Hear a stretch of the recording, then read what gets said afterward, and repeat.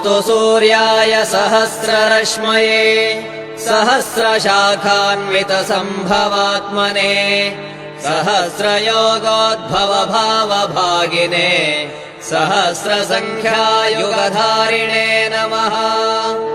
यन्मण्डलम् दीप्तिकरम् विशालम् रत्नप्रभम् तीव्रमनादिरूपम् दारिद्र्यदुःखक्षयकारणम् च पुनातु माम् तत्सवितुर्वरेण्यम्। यन्मण्डलम् देवगणैः सुपूजितम् विप्रैस्तुतम् भावनमुक्तिकोविदम् तम् देवदेवम् प्रणमामि सूर्यम् पुनातु माम् तत्सवितुर्वरेण्यम्।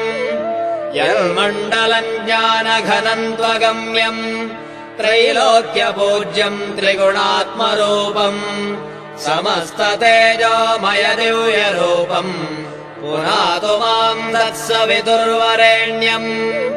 यन्मण्डलम् गूढमतिप्रबोधम् धर्मस्य वृद्धिम् कुरुते जनानाम् यत्सर्वपापक्षयकारणम् च पुनातु माम् तत्सवितुर्वरेण्यम्।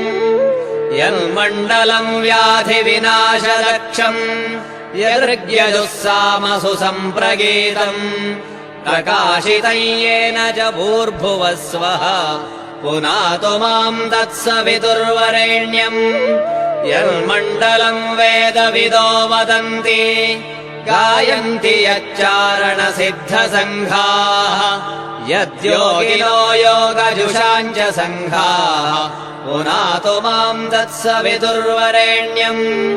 यन्मण्डलम् सर्वजनैश्च पूजितम् ज्योतिश्च कुर्यादिह मर्त्यलोके यत्कालकालाद्यमनादिरूपम् पुनातु माम् तत्सवितुर्वरेण्यम्।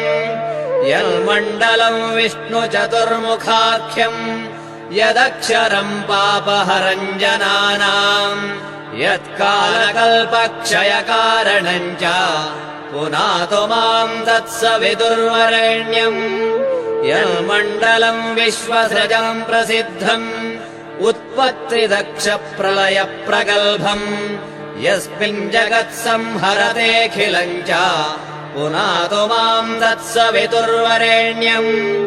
यन्मण्डलम् सर्वगतस्य विष्णोः आत्मा परम् धाम विशुद्धतत्त्वम् सूक्ष्मान्तरैर्योगपथानुगम्यम् पुनातु माम् तत्सवितुर्वरेण्यम्।